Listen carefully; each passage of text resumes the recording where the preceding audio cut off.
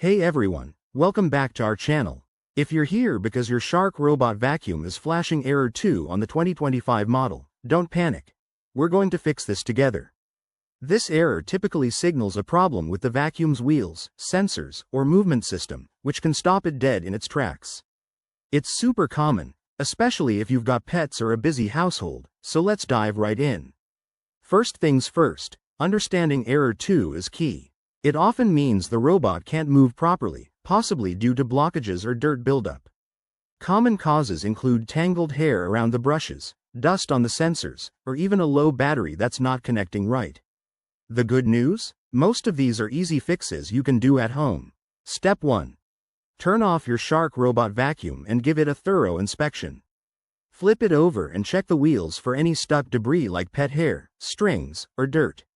Use a pair of tweezers or a soft brush to gently remove anything you find. This alone solves the problem about 50% of the time. Next, clean the sensors. These are usually on the underside of the device. Grab a microfiber cloth and some isopropyl alcohol. Wipe them down carefully to remove any grime. Avoid using water, as it could damage the electronics. If that doesn't work, try a simple restart. Hold down the power button for about 10 seconds until the lights go out, then turn it back on. Sometimes, a quick reboot clears temporary glitches.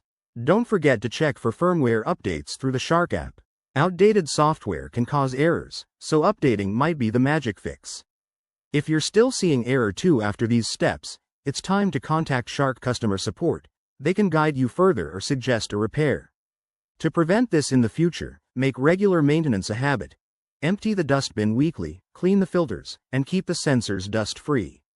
That way, your robot will keep zipping around without a hitch. Thanks for watching. If this video helped you, hit that like button and subscribe for more handy tech tutorials. Drop your questions in the comments below. I'm here to help. See you next time.